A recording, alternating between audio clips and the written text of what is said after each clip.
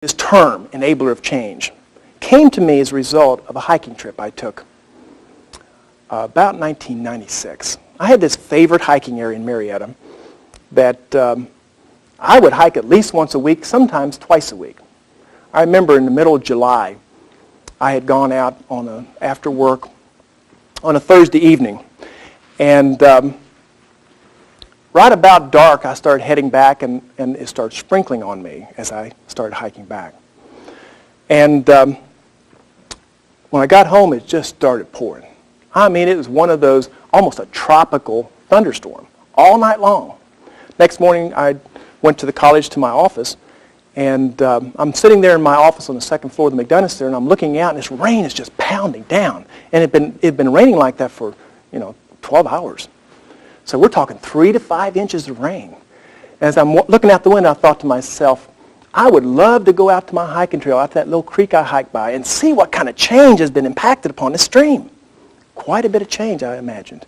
11:30, around there, all of a sudden the rain just stopped, just like God turned off the faucet. The sun came out. It was such a beautiful July day, I just had to take the rest of the day off. So I went home, got me an old pair of tennis shoes and a pair of cut-off shorts, and I hiked out to that mouth of that stream, and right as I got to the mouth of the stream, I saw something that amazed me. At least a truckload of gravel had been dumped at the mouth of that stream. That water had raked all that gravel down and changed the landform at the mouth of that stream. Amazing. I walked across the stream.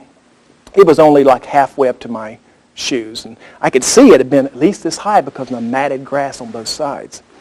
So I crossed the stream, and I'm walking up this old logging trail, which was presently being used as a four-wheeler trail. And as I walk up through there, I'm just soaking in all the luscious greenery that's around me, the smells of July. Can you smell it right now? Oh, I just loved it. And I was just having a great time as I walked through this little path. All of a sudden, in the distance, I saw something that was a bright yellow. Now, there's nothing but green in this little valley, no houses around it, so it's just almost a pristine little area. And I noticed that yellow, and I kept walking, and I was kind of fixated on it. And I got closer and closer, and then I realized what I was looking at. I was looking at the breastplate of a box turtle. And this turtle was sticking straight up in the mud. A vertical turtle. Now, never in my life had I ever seen a vertical turtle or anything much like it. I was amazed. I walked around that turtle a couple times. I looked at it. I thought to myself, how on earth did you get in such a predicament? And then I saw to my right, there had been a debris slide. And I thought, I know what happened. That turtle last night as the rain started coming down, he dug himself a nice safe place at the top of that hill, just like he had probably done for 30 years. And it always worked. This day he did the same thing, and through no fault of his own, the ground was so saturated, down he came and deposited into that four-wheeler rut and couldn't get out. When I realized that, I made a connection. A lot of my clients are very similar to that turtle. For 20 years, they've been trained to do it a way. They've been successfully rewarded for doing it a certain way. Good reputation in the organization. Then all of a sudden someone says, we're going to Teams. And that changes everything. Or we're going to Lotus Notes. And that changes everything.